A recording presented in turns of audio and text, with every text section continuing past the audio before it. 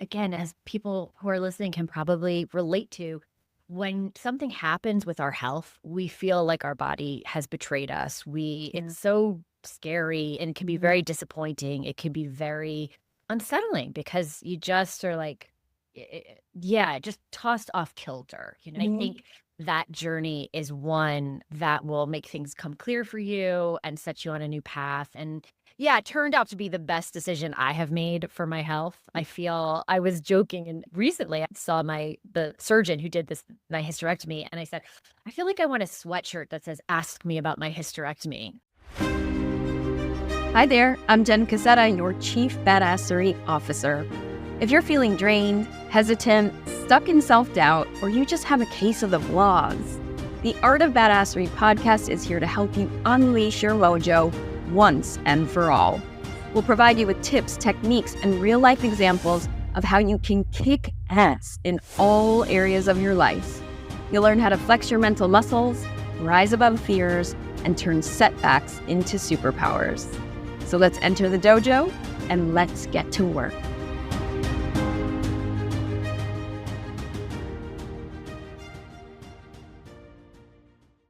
Welcome, everyone, to the Art of Badassery podcast. I'm Jenn Cassetta, your Chief Badassery Officer. And today I have a really special guest with a really important topic. Her name is Meghan Rabbit. I just love your last name. Any relation to Jessica? I get that. Or Peter's my brother. Yeah. I love it. Meghan is an award-winning journalist and author that we're going to talk about this book in depth, The New Rules of Women's Health, Your Guide to Thriving at Every Age. She specializes in writing about women's health and wellness, and her work has appeared in many national publications, including Women's Health, Oprah Daily, Prevention, Maria Shriver's Sunday Paper, which I just love, and many more. She's known for translating complex medical and scientific topics into clear, actionable information, and for telling stories that help readers better understand their bodies, their health, and themselves. Welcome to the show, Meghan. Thank you so much, Jen. I'm so thrilled to be here. Thank you. Meghan and I were just trying to figure out when it was that we met, and I think it's over about a decade when she was living here in Los Angeles, now out in beautiful Boulder, Colorado. Meghan, it's just great to reconnect with you, and I was really excited when I saw the title of your book and kind of this work that feels like a manifesto for women's health. Would you say that? Yeah, and actually that was my assignment. I've been writing articles for major media outlets for years. And after working on one of those stories for Prevention magazine, I had the honor of interviewing Maria Shriver it was a one-page profile to go along with a feature I had reported and written on women's brain health. And after I interviewed Maria, I did a profile on her and her fierce advocacy in the women's brain health space. And the piece came out and Maria called me. And my heart sank because I was like, oh gosh, did I get something wrong? Did I miss something? And she called to say she loved the piece. And one thing led to another. And she asked me to come work for her weekly digital news magazine, the Sunday Paper. And so it was about a year into working for Maria when we were sitting down in LA brainstorming ideas for the Sunday Paper. And then she said, given your experience as a health journalist, I want you to write a manifesto. And she used that word. I want you to write a women's health manifesto because we need one. We have a ton of women's health books and they're fantastic. Many of them are really great, but we hadn't had a women's health book that really spanned all aspects of our health beyond what we now refer to as bikini medicine, our breast health, our gynecologic health. For a long time, unfortunately, we thought of women's health as bikini medicine. And what we now know, and thankfully are just starting to understand, is that there are so many differences in how our hearts work and how our brains work and the different impacts and hormonal transitions we go through that impact these major organs. And so that was my task, to put together a book of what we know about women's health, to give women the information they need, the language they need to advocate for themselves and take care of themselves and their families. So that's what I've been up to for 3+ years. 3 years it took you to write this book. You showed me how thick it was. Can you hold it up again for anyone watching the video? Oh, my book, I love it. It's so pretty, but it's a thick book. It's Yeah. nearly 700 pages. 600. Wow. Yeah. And you know what I love? Maybe it seems a little daunting. It's, oh my gosh, but I'm not going to sit down and cozy up and read this cover to cover. And that book wasn't designed to do that. It's really, I wrote it so that you can dip in and dip out of it when something is up for you on the health front, or when you are curious about something. Let's say you have your mammogram and there's a lump and you need to get a biopsy. You might turn to the breast health chapter to understand more so that you can have better conversations with your doctor, or your Wow. sister diagnosed with an autoimmune condition. And you can tuck into the immune health chapter and learn more about this. Because so anyway, it's big, but yeah, it's meant to be tucked in and tucked out of as a reference, really. Fantastic. I cannot wait to get my hands on a copy. In fact, I'm going to go see you give a book talk in Santa Monica. Do you want to tell listeners about that real quick? Yes, I would love to. So I am going to be at Zibby's bookshop in Santa Monica. Zibby Owens is fantastic. A lot of authors call her a fairy godmother for authors because she really elevates authors, and books are such an important aspect of her life. So I am going to be at Zibby's on February 16th. Okay, I'm just great. I'll looking at make my sure this calendar. comes out beforehand.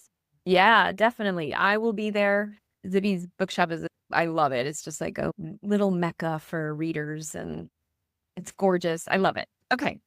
I am sure that one does not just sit down to write a 700-page book over 3 years without being really passionate about this, right? As everyone here already knows, I invite black belts in badassery to the show, which means you've probably gone through something really difficult in order to get here. And now you share this wisdom, or you help other people rise up through the ranks as well, which is exactly what this book is going to do for women of all ages. Would you share with us what that was for you?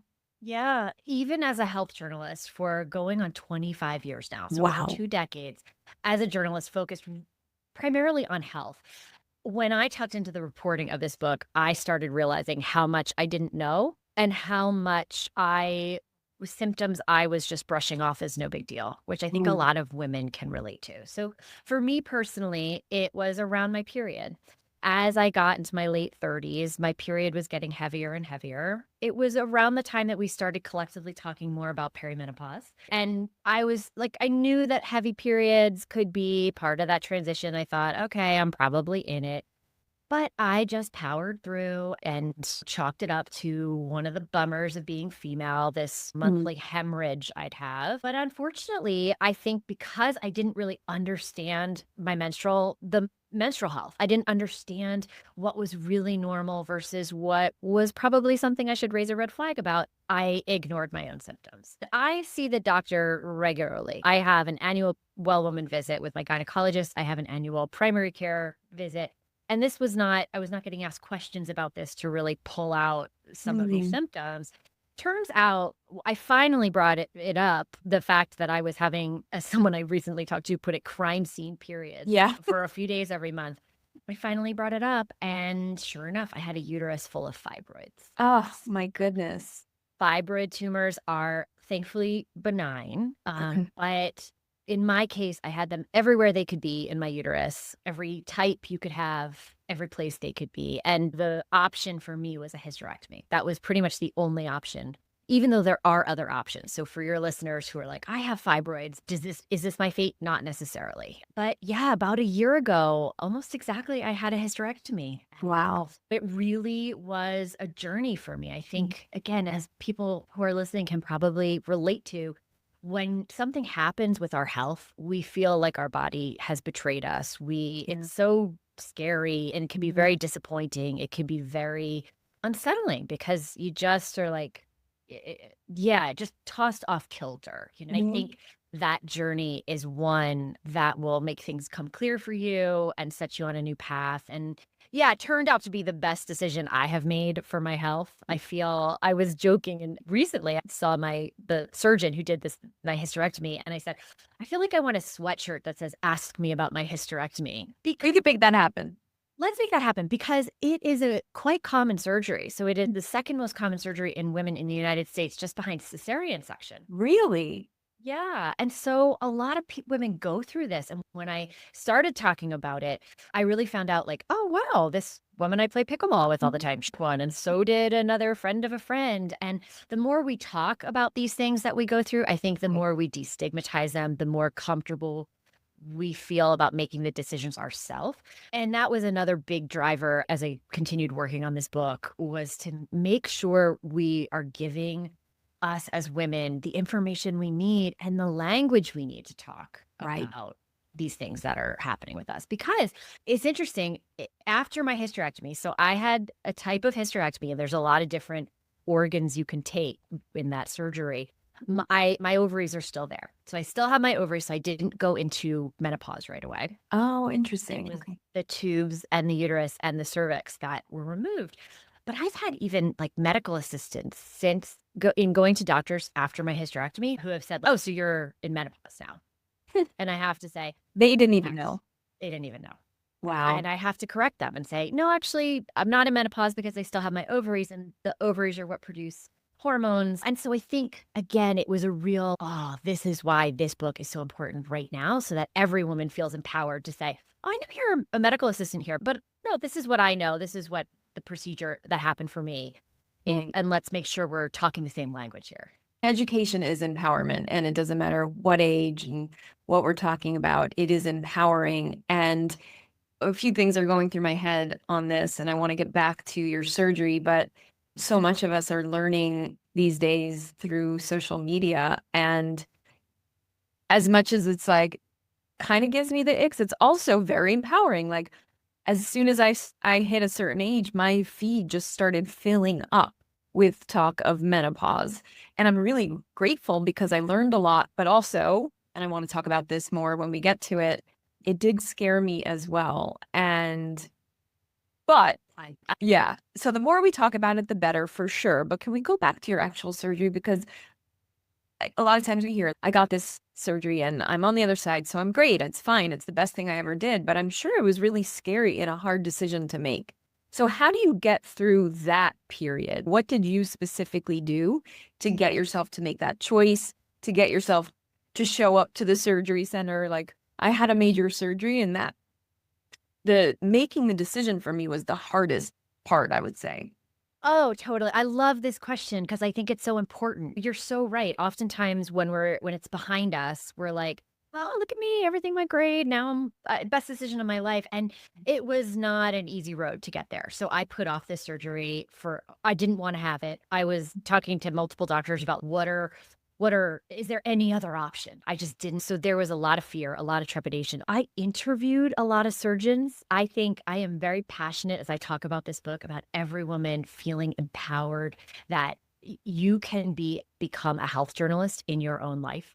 You Love can that. learn very easily the skills that I have as a journalist to ask questions of the people who are going to care for you or operate on you. Make sure you feel comfortable. Make sure you feel seen. And so it was a process to get to the Mhm. surgeon who I ultimately Mhm. chose. Great. Can I just jump in real fast? When you say ask a lot of questions, I'm a huge fan of asking questions. I also know, because it's happened to me, when you're in there sometimes, in there with the doc, and you're frozen in fear a lot of times, that all the questions you have sometimes just go out the window. You get home and you're like, shit, I forgot to ask this, or I forgot to share this symptom I'm having. Little tweak would be to like write them down or bring someone with you to have that information. It's a great point, Jen. And I did exactly that. I also, if I'm just like feeling a little retro about it, I'll bring a reporter's notebook. I will bring a notebook and write down what the doctor is saying. Cause sometimes it might feel rude to be like typing on your phone when Mhm. someone's talking to you. And so Sure. I did both. It was like I was prepping for these conversations with doctors and I was prepared to really record what they were saying in a way Great. that, so I think 100% every woman should feel empowered to do that. You could even ask your doctor if it's okay to press the record button on your phone and just say, can I record this conversation because it's overwhelming for me? And I'm going to want to go back and listen to what we discussed later. And I think these are things that we should all feel really empowered to do because you're totally right. We get into that room, we're in a gown, a flimsy little gown. There's a power differential going on. All of a Mhm. sudden, we're scared. We're like little Mhm. girls again, scared, and that's okay. Yeah. And I Can I think just what it say I had a breast exam just on Friday, and I had a gown on, and it just happened so fast that the doctor just went boop and like yanked my gown down, and I automatically just yanked it back up because I was like, yeah. it was just so shocking. Not I knew what I was there for, and this was the first time I was seeing this particular doctor. Only a woman. I would only see a woman, and that's another story that I'll tell you another day.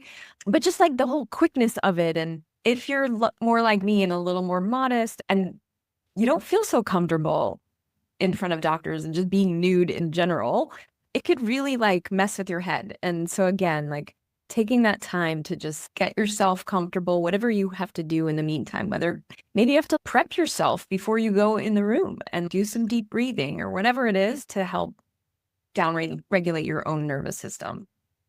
I love that. And what has really helped me, and in the process of gearing up for this surgery, to go back to your question, is like that was a process. And one of the things I learned to do in the process is something I want everyone who's in my life to try and see if it works.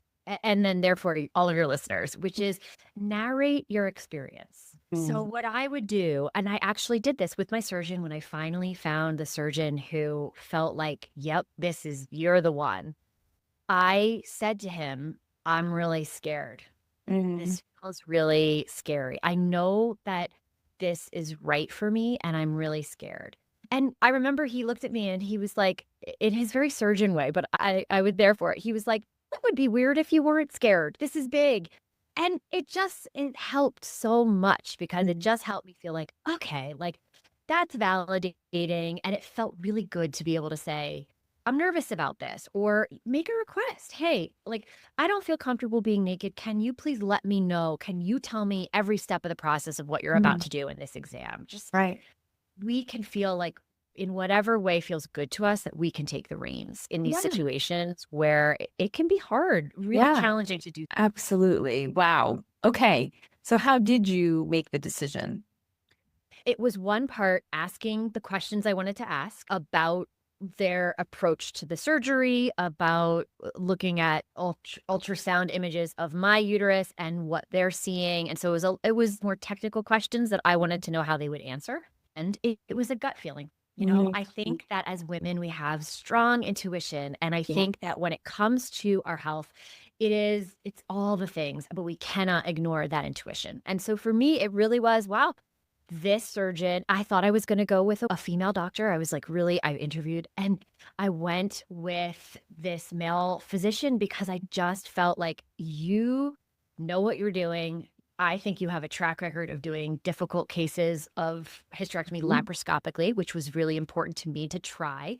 And it was a brain decision and a gut decision. And really, I guess heart. Really, I think for me, when the brain and the gut are telling me something, I find, oh yeah, this is what my heart is telling me to do as well. That might maybe sound a little more woo. Uh, Not at all. I'm here for it. Yes, absolutely. I think I talk about intuition a lot, and I even have another chapter in my incoming book about it, but it's so important. And a lot of times we ignore our intuition as women. So for I think you sharing that story is really important because a lot of us will have an intuitive thought about something that's off in our body, but we ignore it or put it off or just hope it's no big deal. And the longer we wait, a lot of times, the worse the outcomes. Or I would add, we get dismissed when we bring something Mm. up.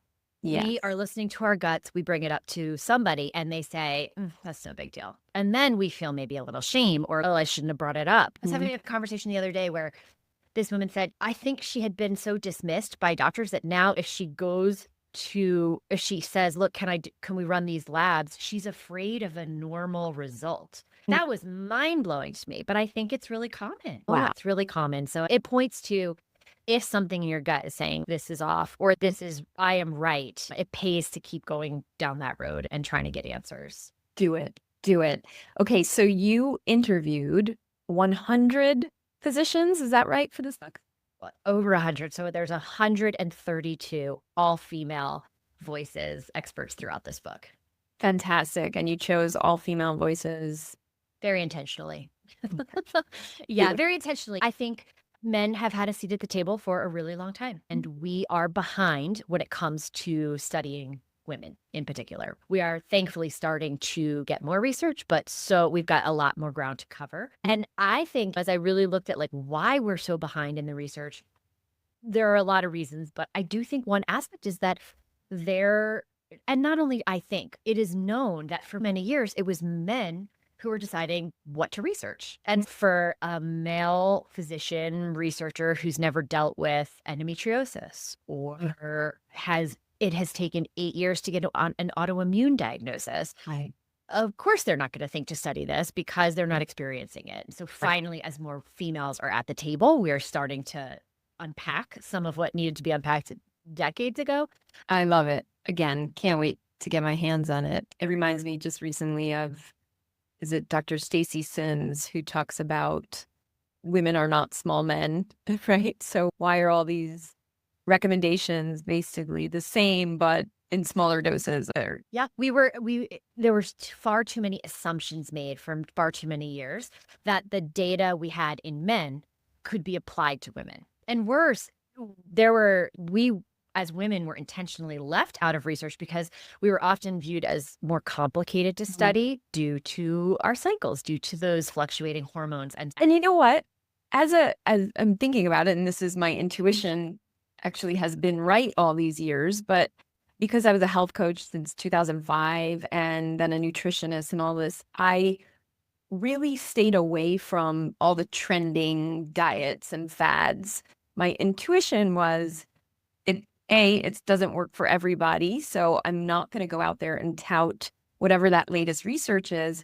And it turns out that you can see even over the last few years, all these bro podcasters with their plunge pools and their intermittent fasting, blah, blah, blah, blah, blah. I still was like, I don't trust that this is right for everyone. And sure enough, now we finally have the likes of Dr. Stacey Sims, who is saying, hey, actually, that's not great for women at these times, and she'd modify she would modify whatever it is that these guys are saying. So again, be careful who you're just listening to. I am so with you. And honestly, it's not, in talking about my book since it came out, there's been a lot of people who have asked, what's just the one thing? What's the one way to biohack my health? What's the one thing women need to know? And I can tell you after interviewing who I believe are just the brightest minds for this book and the people who are most passionate about getting women accurate, science-backed information, it just doesn't exist. You know, what we need to be focused on, what will pay off so many dividends later on, is the basics. It's staying consistent with consistency. I was just going to say it. It's not trying to optimize based on exactly at the right point of your cycle or doing this workout, strength training workout, followed by the cold plunge, followed by a sauna at a specific 92.8 degrees. It's like, let's stay consistent. Let's do what we can based on everything else that's in our life that's going on, instead of being so rigid. A lot of that rigidity increases stress for a lot of people. Not everyone. Some people really get off on that kind of stuff, on the measurements and all that. That's great for them. But a lot of people, it actually causes more stress. So I think. Yeah. And it's starting where you are, right? It's if you are already consistent and you're like rolling your eyes because you're like, I am consistent, I want to optimize that consistency.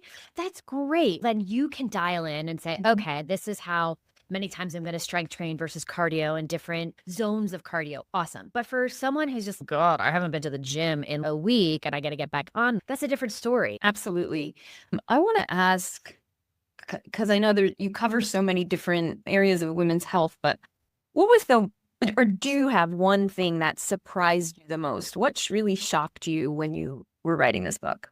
Yeah, there were a lot of things that surprised me, to be honest with you, which in and of itself surprised me because I was like, oh, I've been covering this for so long. Some of the biggies, I think, that I really was like, oh my God, how do we not know this? I think for women, particularly those of us who are in our 40s or approaching or even beyond, something that really shocked me is that most of our doctors are not talking to us about our lifetime risk of breast cancer. Mm. If we're getting our annual mammos, we consider ourselves on it when it comes to breast cancer prevention. But when I talked to Dr. Lisa Larkin, who is a breast cancer survivor, a remarkable women's health specialist, she said, look, mammograms are not prevention. They are screening. They are an excellent screening tool.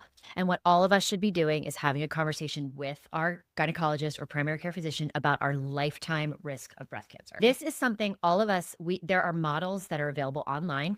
You can go search Tyre-Cuzick, the Tyre-Cuzick risk assessment model, and it's a quiz. You basically fill out information online. It spits out a score. And what Dr. Larkin said to do is you take that score, and if a doctor has not talked to you about this proactively, you bring it to them and you said, hey, you say, I have taken this. Here's my score. Can we talk about it? Wow. And sure enough, again, I'm someone who sees the doctor. I had never had that conversation with my healthcare practitioners. I took the quiz. I brought my score to my gynecologist, and sure enough, it led to the recommendation to have a baseline MRI in addition to my mammogram. Wow. I know. And so this is something I just want all women to feel empowered about. I think breast cancer is something we're really worried about collectively as women. It's like kind of the scary thing we don't want to happen. That is so interesting. I just learned something because when I was in the doctor's office last Friday, it's because I found a lump. I'm not worried, everyone, so don't worry. I'm going to get my mammogram. But what I learned is you can't schedule a mammogram if you feel a lump. They will have that as one of the questions. And if you say yes, then they're like, oh, nope, you can't schedule that now. You have to go for a diagnostic ultrasound. Exactly. So mammogram plus ultrasound, especially if you what I found out was I have dense breasts, which I never even realized. So yes, and I love that you're sharing this, and thank you, because I think a lot of women are going to relate to this. But that was another thing that surprised me. Again, it's in the breast health chapter, is that there are 4 categories of breast density. I was always told I had dense breast tissue, but you're like, what does that mean? And then you hear it's common, and so you don't really worry about it. But there's categories A, B, C, and D. And A is extremely fatty, and then it goes into, and D is extremely dense. And that also puts us in a different risk category, right? So you should be able to go to your doctor and say, okay, you're telling me I have dense breast tissue. Is it category C or D? You know, how empowering is that when you can have that conversation? And there is a section I'm really proud of in this book, which is what all the different things a lump that you feel might be. wow. Because I was surprised by that information as well, because I have felt lumps in my breast before and gone to do the diagnostic ultrasound and mammo, and you're terrified. You spend a week of your life terrified. And with this information, it helped me take a deep breath and say, okay, it could be a cyst. It could be something else. I'm not going to freak out yet. I'm going to follow up.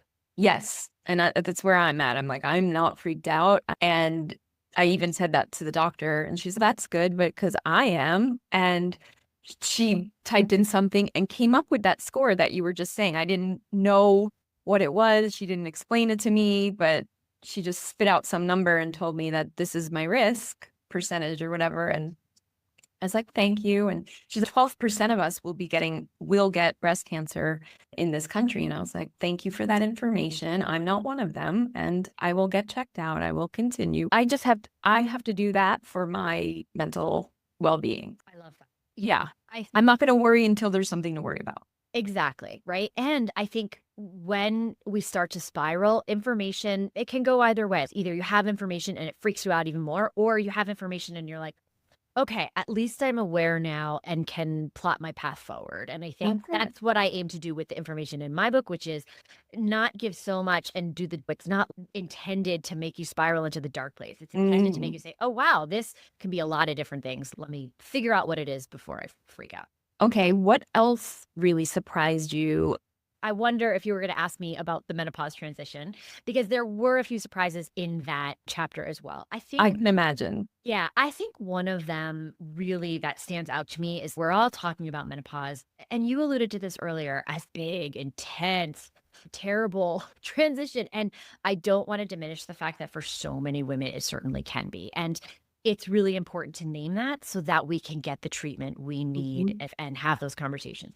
And what I heard from a lot of the physicians I talked to and other researchers and experts in in this area who specialize in menopause is that it's also a really beautiful window of opportunity.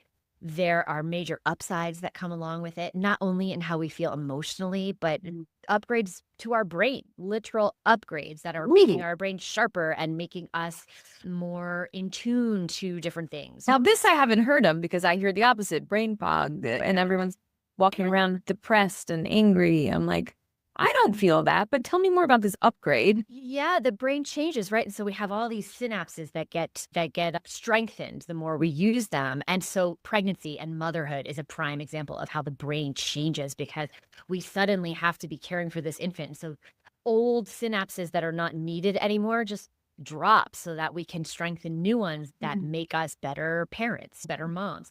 And so something similar they're just starting to find out happens in the menopause transition where old things that we don't need those strong synapses for anymore start falling away so that new ones can form that are better. It's literal upgrade to our brain.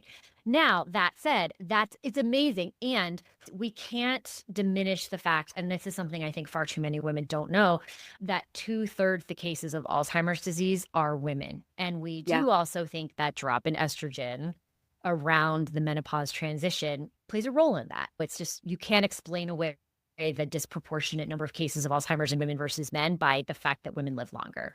That's what experts used to think. That's not the case, is what we now know. Be the natural, I know this isn't even a question you can answer, but what would be the natural reason for women, for that to even happen as women? Like, why would, if you call it nature, universe, or whatever, want women's brain to Yeah, it's a great question. decline like over time? It just doesn't make sense to me. No, and I don't know. My understanding, again, based on the experts who are focused on this, right? Yeah. That what we're now starting to learn is that the female brain has tons of estrogen receptors. And when the brain doesn't get that estrogen, because that's what happens in menopause, is that estrogen goes down, the brain doesn't get that estrogen it loves. And that might be part of the impact. So I don't know if it's like, yeah. And again, there's lots more to learn, but I think for those listening, it's important to know. So it's from my seat, when you know what the risk is, you can be aware of it.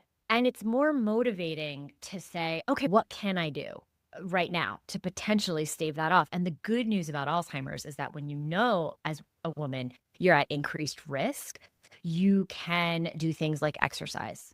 That is like heads and tails away. Like movement is nectar for your brain. And we know that. Are there specific recommendations in your book about length of exercise, or is it just consistent? It's consistency with the basics. Again, if it's a walk every day, like that's what you do. I think ultimately you're hoping to build towards strength training as well, which is going to help not only your brain, but also your bones, right? And so I think, and the other piece of the menopause puzzle too is, man, if you just are focused on all the negatives and you're just expecting the worst to happen, what are you missing out on as some of the positives beyond not bleeding anymore, which is a big positive for a lot of women? But like some of the positives I heard is, and maybe this is tied to that brain upgrade, it's like you just get clear on what's important and what's not drops away, and you just don't care as much anymore about that. A lot of my friends, I'm 46 and we're all in this together, and they're like, man, I just don't give as many Fs anymore about what I used to. And that's a major upgrade. We're stepping into our own, and I think we're becoming bigger badasses. Yes. In menopause, and if we're just focused on the downsides, yeah, we're not going to see all these ways that we're becoming bigger badasses. Yeah, I love that. And I see a lot of that as well. I don't give an F, but also we give a lot of fucks about the things that are important. And I think that's something we don't talk about. I feel more empowered and more powerful than ever to speak out against things that I see are horrific. And I think a world full of women in menopause can like absolutely change the world. We don't care about what people think of what we're doing, but at the same time, we really do give a lot of good fucks out there. So, amen, sister. Totally. Yes. Totally. And one more surprise, just because I feel like this one was another big shocker to me. And I think it is something that will inspire a lot of your listeners to take action steps, which is that heart disease should be on our radar. in addition to breast cancer prevention. And a lot of us are focused on that. And we think heart disease is something that happens to men or it happens to women, but it's much later in life. And something that really surprised me is that our awareness of the fact that heart disease is the leading cause of death among women, and as women, our awareness of that fact is declining. I feel like responsibility as a journalist. I think I need to be pitching more stories around this. We need to be talking more about women's heart health and the importance of understanding our risks so that we can be proactive. We're proactive when it comes to getting mammograms. I feel like the next step is, and what I've started doing is talking to my doctors about, okay, heart disease runs in my family. What do I need to know? How can I get this dialed so that I'm on it when it comes to prevention? Great. So besides exercise, because we already hit that one, what is one other thing that we should all have on our radar? When it comes to heart disease in particular, another surprise for me is that when we're getting our cholesterol checked, it is oftentimes women who are much more resistant to taking a cholesterol lowering medication than men. Men are like, all right, give me the prescription, I'll take it. A lot of women are just like, no, I don't want to. I'm going to have joint pain. I used to be resistant myself. I have high cholesterol. And I was like, let me try to do it with diet and exercise. I've got this. But I have heart disease all over my family. It is actually not such a surprise that I have high cholesterol. And now I am taking a statin. Okay. So low dose, but these are proven medications that I feel like, again, we need to start normalizing. Right. We've not failed. Right. You have to take a statin. You just have high cholesterol that runs in your family, perhaps. Got it.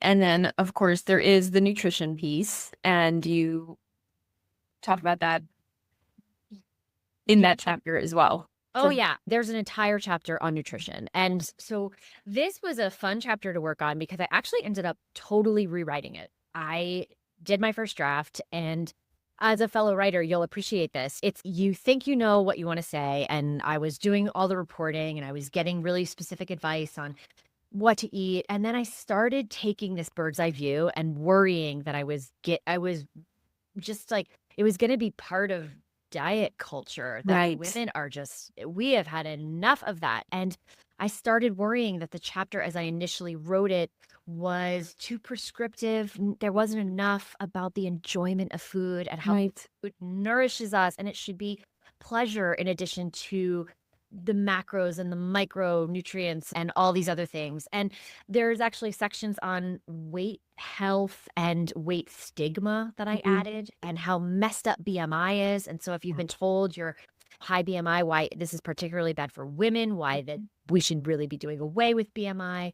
And even I interviewed a dietitian who gave me such beautiful advice, I thought, which is that as women, we've just been conditioned so intensely to justify our choices when it comes to food. She says a lot of her patients will say to her, I find myself, if the bread basket comes to the dinner table, I have to say, oh, I'm doing a hard workout tomorrow morning, so I'm going to have a piece. She's like, what would it feel like to just enjoy the piece of bread and not explain it away? Yeah, I think I'm really proud of that chapter. I think overall it has changed the way I relate to food. And I really look at what my meals are, what in terms of more than just, yes, I'm trying to get enough protein, I'm trying to get enough fiber, all the things we're talking about, but I'm also trying to make sure I enjoy the meals that I have and I'm feeling satisfied in multiple senses of that word. I love that. I love food. I love to cook healthy food. I love eating healthy food and all kinds of food, but it was such a big part of growing up for me. So when I was a nutritionist, and I feel like I'm going to do a whole separate podcast on this one day, I just keep putting it off.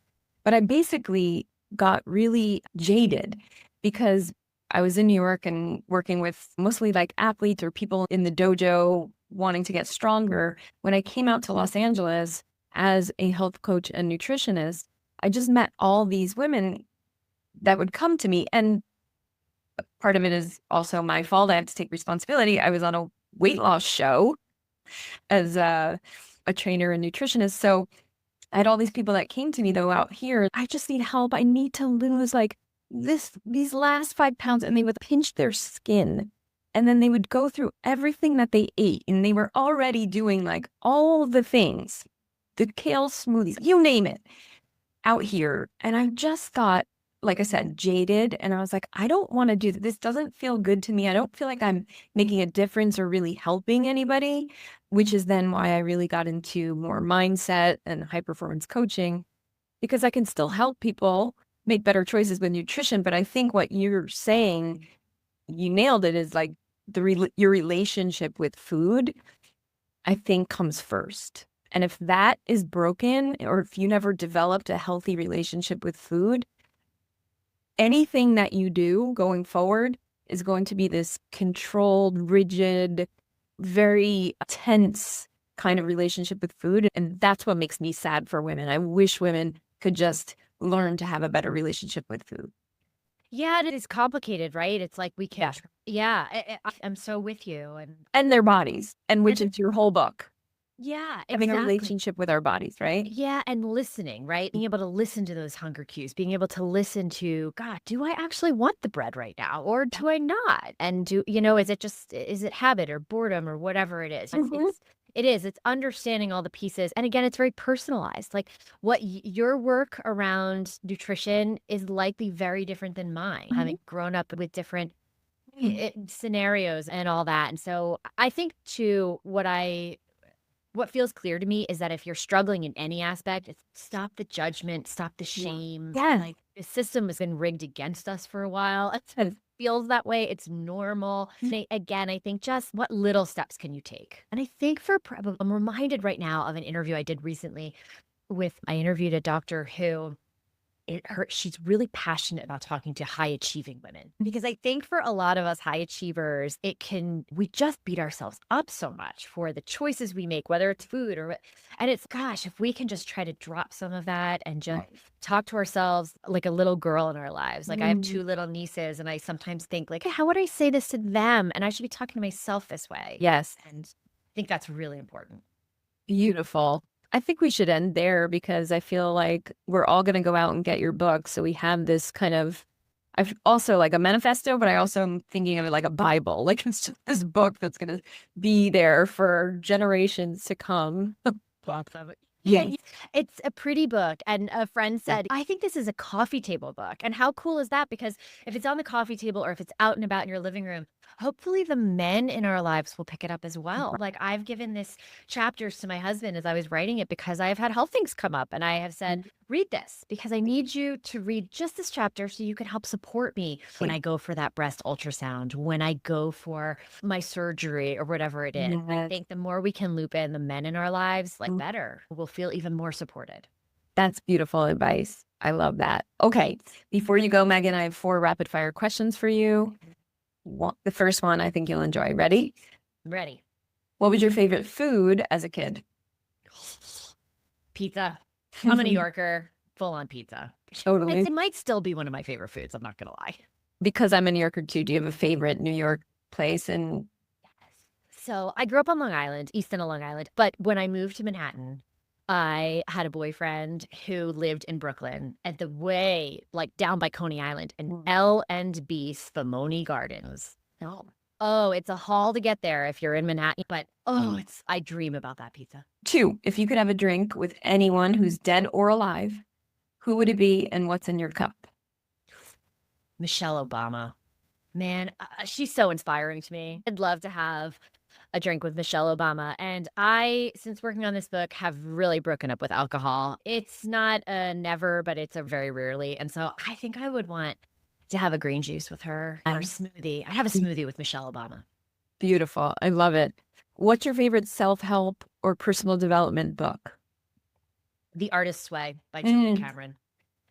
Ooh, I actually picked up that book later in life while I was writing my own book, because I was so deep in the writing and the cave. And it can get dark in the writing cave where you are just like, whew, there alone. And I started writing my morning pages, and I highly recommend that book. No matter what you're going through, it is just being able to do those morning pages and work through that program as she outlines it in her book is just transformative. It really is. Didn't even get through because I had like a exorcism during it in a good way. And last, what's your favorite hype song? Oh, Beyonce. Anything by Beyonce. But I would have to say the one, and I don't even know the title. Maybe it's just called Girls. Who Run the World? Girls. That one. That's it. Hypes me up, man. Meghan, thank you so much for enlightening us, for educating us, for sharing your wisdom and your stories. Tell everyone where we can find you. Yeah, you can find me at newrulesofwomenshealth.com. You can order the book there. You can learn a little bit more about me on Instagram at Meghan Rabbit, Megan with an H, Rabbit with two T's. Perfect. Oh my gosh. Thank you again. And everyone out there, make sure you have your wellness checks scheduled, your mammogram if it's time. And for me, it's time for colonoscopies. I'm there with you if you're in or heading towards your 50s. So thank you. Yeah. Anything else? Dermatology, skin check. I think a lot of my friends are like, oh, I don't need a skin cancer check. Yep, schedule that annual skin cancer Got my prevention thing. email today.